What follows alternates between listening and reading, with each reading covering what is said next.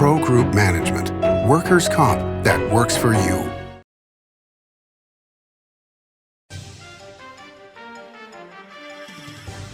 Welcome to Nevada Newsmakers. On the broadcast today, Bryan Wachter joins us. We're looking at Halloween, Christmas, and supply chain issues. It's all coming up next on an all-new Nevada Newsmakers. Hello, is this D&D Roofing? Yes, it is. How may I help you? You did such a great job on my roof. May I speak to the owner? I am an owner. Oh, can I speak to your supervisor? Sure. How may I help you? I love your work.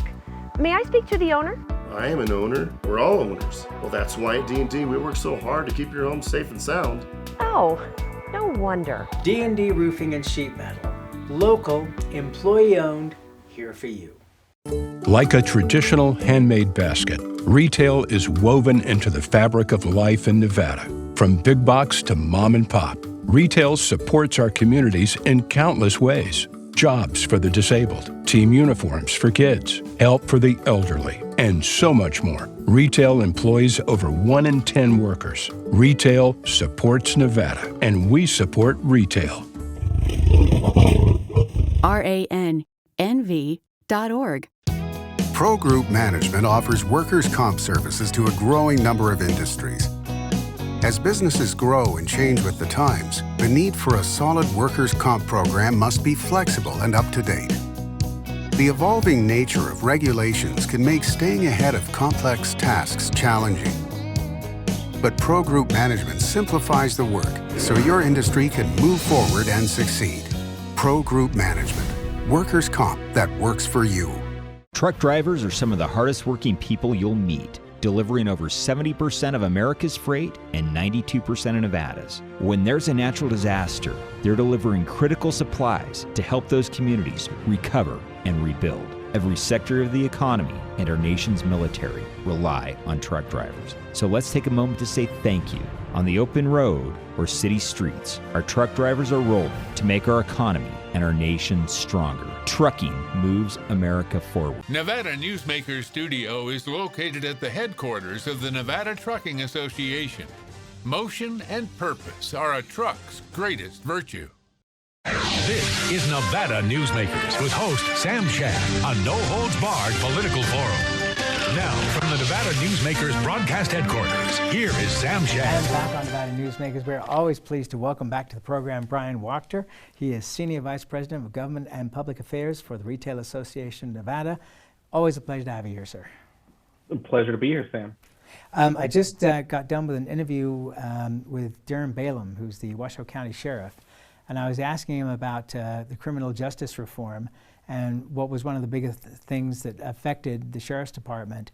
And he was saying that the reforms in limits, in terms of raising the limits for crime in terms of theft, had gone up dramatically, but because the numbers had gone up, it meant that they couldn't go after as many people, so there was more crime. How much crime are you seeing increased in retail with theft because of the rise in those numbers? Well, we refer to it, Sam, as organized retail crime, and it is a huge and growing problem, especially in Nevada. The Las Vegas market is normally in the top 10 cities in the United States dealing with organized retail crime. These are very sophisticated operations, and we do have concerns that when you raise the felony threshold, you encourage that type of behavior, or you lose a detriment or the ability to maybe stop that type of behavior. The legislature, though, did go ahead and give us the ability to put those individual thefts and accumulate them into one charge. And so you do have the ability to go after them if these are repeat offenders, which is very important. But it is certainly a problem for us, Sam.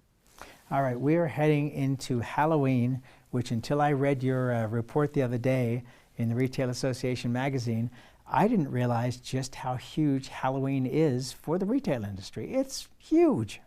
It's huge, Sam. It kicks off kind of our holiday quarter, moving into the fourth quarter. And it is something that a lot of Nevadans, a lot of Americans celebrate in one way or the other. And we see that in those returns. All right, so we're heading into Christmas and the holiday season, on all the variants of Christmas. depending on what you like to follow. And supply chain is a phrase that every American is now familiar with, even if they don't totally understand it.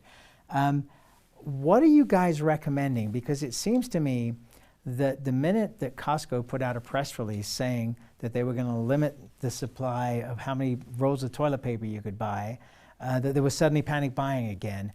What's the balance between saying to people, okay, you should probably do your Christmas shopping a little earlier this year, but do you also look at it and go, but take what you can get because maybe what you want isn't going to be there in time for Christmas? I think that's the $1 million question right now we have, Sam, is what products are going to have made it through the multitude of supply chain bottlenecks between when they're produced and where they're produced and to our shelves.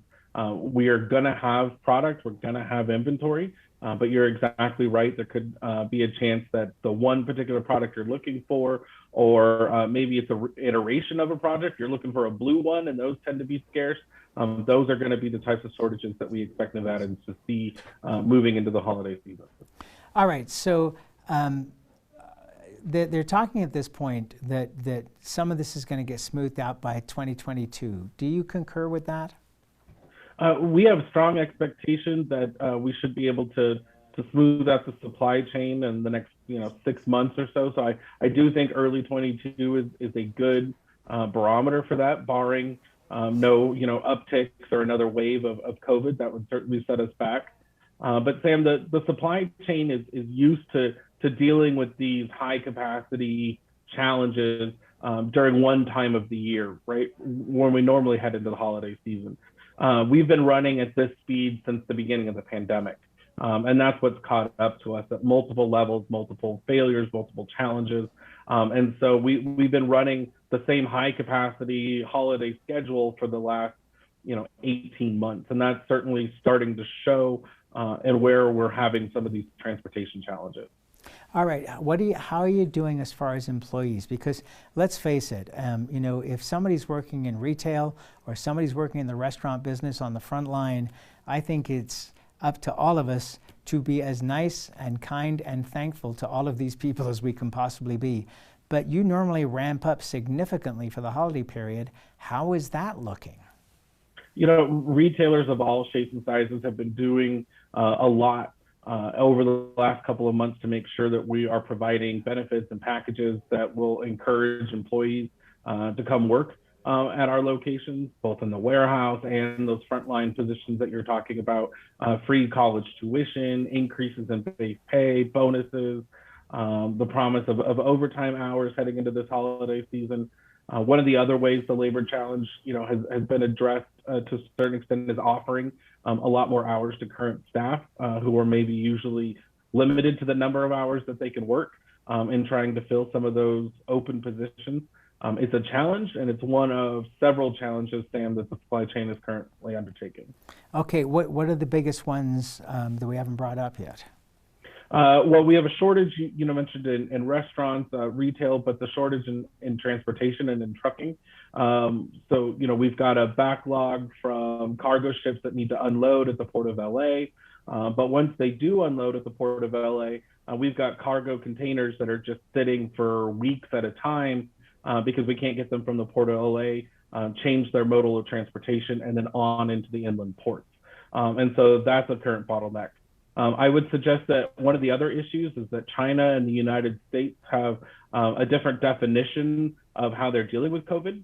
For instance, China is under a zero policy. So when they have one case in a particular area, they will shut that down, which is what happened in the case of several Chinese ports over the last month. Whereas the United States is willing to live with a little bit more of an endemic COVID situation. And so when those Chinese ports close because of lack of energy, which has been the case, or COVID restrictions, that's going to send just a whiplash effect through the supply chain. And so it's things like that that are still causing issues. Another interesting, Sam, is that we're out of literally cargo containers. There's some need to be able to get more supply of cargo containers, but at the same time, empty cargo containers are leaving the ports in the United States and going back to their Asian ports empty. And that's causing problems for the American export side, and particularly our farmers who can't source those container ships to go back. And so there are a multitude of issues that are currently underpinning what's going on in the supply chain. And I had not heard that one, that the return journey is going back empty, which doesn't make any sense at all. No, in fact, there's a new bill in Congress, the Ocean Shipping Reform Act, which we haven't updated our maritime laws in this realm since 1998. And so that was just introduced bipartisan legislation from, I think, Congressman Johnson of South Dakota and Congressman Garamendi of California. And that will hopefully alleviate part of that problem, as well as making shipping and late fees more stable. And so that smaller retailers, smaller companies that are sourcing them are able to withstand some of those price increases. And so we have a lot of hope that bill can get signed by the president and alleviate some of those problems. What about the idea, because you're able to see this when factories are told by the government, you've got to stop producing cars, now you've got to produce tanks. Is there any possibility that the National Guard, for example, they have truck drivers, they have the ability to move things. Is there any discussion within the retail industry of getting the National Guard involved in helping with the supply chains?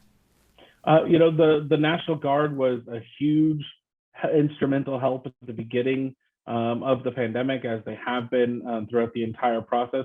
But we haven't used them in that capacity, and I am not aware of any conversations happening about using them in that capacity. I think you saw President Biden doing what he can from the federal government to help smooth out the supply chain, but at the end of the day, it's a private sector organism, and that's where the solution is going to have to come from. Changing topics here to another business that you guys are very much involved in, which is retail pharmacies. We've really seen over the last year or so, and going forward, the pharmacies have become a much greater adjunct to the medical profession. So if you want your COVID booster shot, you're going to the pharmacy. You don't have to go to the health department now. The flu shots have obviously been given that way for years. But are we seeing COVID pushing this change to expand the role of the pharmacist, just going more rapidly because of everything that's occurred? I think you're spot on, Sam. I mean, utilizing pharmacies and pharmacists who are doctors, they have an extensive education in these types of fields, to access healthcare in areas that are traditionally underserved is something that was certainly taking place before the pandemic. And we are very proud to see how pharmacies have stepped up during this time to be able to provide an even greater access, even greater amount of services that they can provide to their customers. The legislature just increased the amount of services that pharmacists can provide in Nevada to now include birth control, AIDS medication. And so we're very happy, and we think that Nevadans will be well served by having more and different access to healthcare than they're not traditionally provided. And that's certainly going to help make our communities healthier and safer in the long run. All right, let's take a break. We'll be back with Bryan Wachter with much more after this time out. Each day, the Children's Advocacy Alliance partners with leaders, legislators, and families across Nevada to improve children's health, education, economic well-being, and safety. We recognize Nevada will be no better than the state of its children. Be a part of this change. Be a supporter of the Children's Advocacy Alliance. For more information, go to caanv.org. Serving Our Kids Foundation's mission is to serve homeless, at-risk, and food insecure children in grades K through 8 throughout Southern Nevada. During the pandemic, Serving Our Kids has seen a 42% increase in the number of children served, providing more than 4,500 meals to kids in over 100 schools weekly. Serving Our Kids is powered by community support and volunteers. To learn how you can help, visit servingourkids.org. Southwest Specialties has been making the homes and businesses of Nevada beautiful for more than 20 years. Their experienced designers and craftsmen create the walkways, backyards, water features, and a variety of outdoor cooking areas that add curb appeal and value to your investment. Call today or visit them at their website and see how they can make your outdoor spaces special. Southwest Specialties, creative, distinctive, beautiful. The Do It Right guys at Nevada Heating have one mission. Your furnace breaks down today, we fix it today. Why freeze for days while your furnace is down when Nevada Heating can get the job done today and you can get warm again? For nearly 50 years, locally owned Nevada Heating has been getting the job done right. Call today at 323-5585 and we'll fix it today. That's 323-5585 or online at nevadaheating.com. This is Nevada Newsmakers. And back on Nevada Newsmakers, we continue our conversation with Bryan Wachter. He is the Senior Vice President of Government and Public Affairs for the Retail Association of Nevada. So we are in a, I guess, constitutional conundrum here, where the deal at the end of a legislative session was that the increase in the sales tax, et cetera, was going to go away because mining was going to pay an increased amount of money to the state to go towards education. The Secretary of State, Barbara Sagaski, who is no fan of raising taxes, says you can't take them off the ballot. They're going to be on the ballot. Your thoughts on where we are with this, and could Nevada end up with gaming and a sales tax both going up? Well, I hate to say that this is feeling like a new normal at this point, Sam. This is the second session now that we have left with sort of this constitutional crisis or question hanging over actions of the legislature. And I think in 21 legislative sessions, several bills were actually passed that bring into question how the statute relates to the Constitution. And I think in this case, the amendment to AB 321 fits in that definition. The Constitution is clear, and I've said so before in your program, Sam, and the Retail Association has been pretty clear that ballot questions, once qualified and passed on by the legislature, must be put onto the ballot. And so we would concur with Secretary Sagaski's feelings on this matter. That isn't to say that we agree with either of the questions, Sam. We adamantly oppose and think it would be bad to increase the sales tax, especially given inflation where we're at and an over-reliance on the sales tax.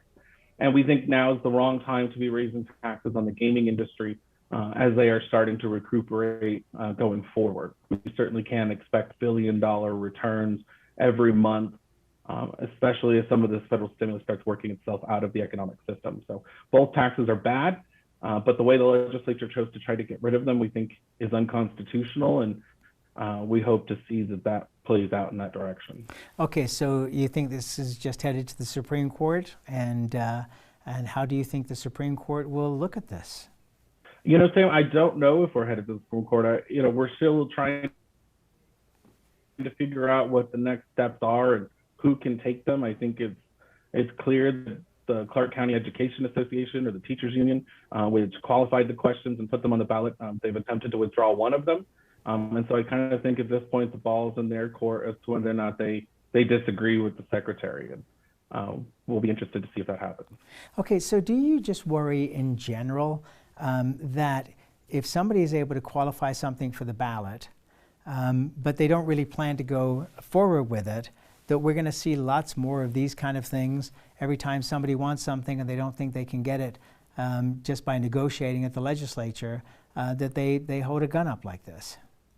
Well, I think from a purely political standpoint, Sam, and the kind of the political gamemanship, you certainly open yourself up to kind of that legislative blackmail. Anybody who can get a ballot qualified. And so it's a smaller group of people that can engage in that activity. I think the broader question, though, Sam, is who owns that ballot question once, I as a citizen, or you as a citizen, or 250,000 citizens agree that question should be placed in front of either the legislature or on the ballot. And so I think there is a direct political access question as to how we are engaging in those legislative petitions and ultimately how they end up in front of us. And so I think that's the real question here is, has that spirit been violated, as opposed to what could be the political fallout should someone decide to use this for evil instead of good. Well, and doesn't this just bring up the same thing that I've been hearing for the last 20 years, which is governing by initiative petition is a terrible way to govern? Well, the Retail Association, Sam, has been steadfast in that principle that taxation or really governing by the ballot leads to results that are less than optimal. When you can't have debate, when you don't have learned testimony, when you don't have expert witnesses, it can lead to worse results. But that presumes, Sam, that same process is taking place in the legislature. And with the amount of changes that we've had to testimony, how to access the legislature, I'm not sure you can guarantee that those debates are taking place there anymore either. Strong words. We'll be back with Bryan Wachter after this timeout. 7 at 7 is available anytime, anywhere. I'm Riley Smith with your Vegas Golden Knights. Watch 7 minutes of nonstop news from the Las Vegas Review-Journal. Streaming on LVRJ.com and Twitter. Powered by the Las Vegas Review-Journal. Modern boutique Ahern Hotel and Events Center in Las Vegas. Host meetings and events on 2 floors. Stay in luxurious rooms and suites. Unlimited branding opportunities. Regional Italian cuisine by Chef Mark Segrisi. Flexible event spaces. Full buyout options. Visit ahernhotel.com today. I'm Jeff Gehrman, an investigative reporter with the Las Vegas Review-Journal. I'm your guide for Season 2 of Mobbed Up, The Fight for Las Vegas. You're in with every gangster and hoodlum in the United States. I don't go for that, Mr. Kennedy. I don't go for that kind of action. I was on television accused of fronting for the mob. Subscribe to Mobbed Up, The Fight for Las Vegas, Season 2, today on Apple Podcasts, Spotify, or wherever you get your podcasts.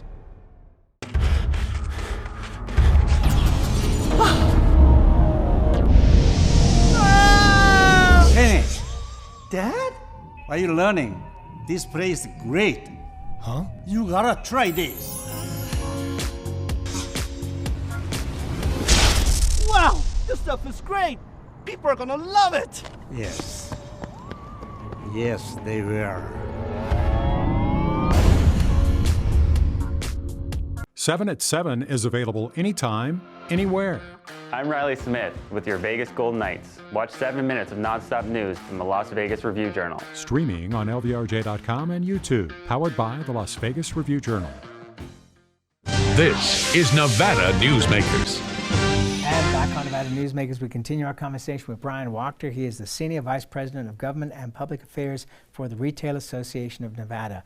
With all the announcements that have come out in recent days about people either not running for office or they're going to run for a different office, is term limits the worst thing that ever happened to Nevada politics?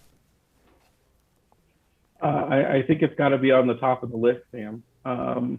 We use it to kind of counterbalance against this idea that we don't have an informed populace, and I think that may have just been a bad assumption. But when you are potentially looking at a 23 legislative session where half the legislature is new, you lose a lot of the ability to pass legislation, but I think you lose just some of the process and the ability to get things done. And so that'll be very interesting to see who actually files, who actually moves, and what those lines look like after redistricting. And your thoughts on redistricting and how this is going to play out? Well, I think you've got Democratic control of both houses and a governor of the same party. I don't know that we should be expecting any hiccups, and I think it's going to come out exactly like it's expected to come out. We're going to see maps that are very favorable to Democrats. But to be honest, I have to work hard to get there because the voter base will be turning in that direction anyway, Sam. Do you think that CD3 and CD4 will end up leaning far more Democratic than being the swing districts that they are right now? Not having gotten into or having been briefed kind of on what the thought process is, Sam, I think I'll be surprised if we see districts that look too much different like their current districts. I think we'll expect to see kind of a leveling out, but I don't expect to see crazy redraws that would kind of dramatically change the face of the map. I just think that's unnecessary in Nevada for kind of the majority party to need strategically, and so I'm not sure that we'll see it. Already, the amount of money that is flowing into Nevada in terms of advertising, especially in the Las Vegas market, just in the last couple of weeks, it has been in the millions of dollars. It's a year and a month away from the election. Sam, I think these elections are probably, I'm not sure they end at this point, but when you have the federal government being as active as they are in so many different areas, Nevada having a U.S. Senate seat up for grabs and a 50-50 majority in the U.S. Senate, I think this is something that we should come to expect certainly for the next 13 months. To say the least. Bryan Wachter, always a pleasure to have you on the program, sir. Thank you. Thank you, Sam. And we'll be right back.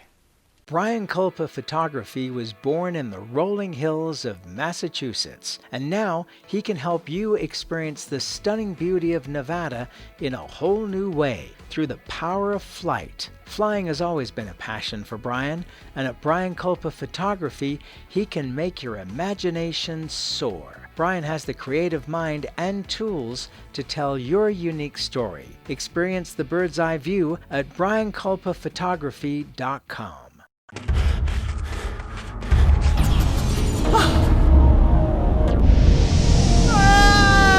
Hey, Dad? What are you learning? This place is great. Huh? You gotta try this. Wow, this stuff is great.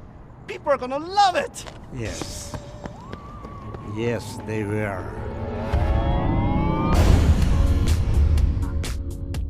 As you know, Reno is booming. Toll's development company is helping it grow with insightful design and development, building community with every project, adding beauty, adding excitement, emphasizing our shared humanity.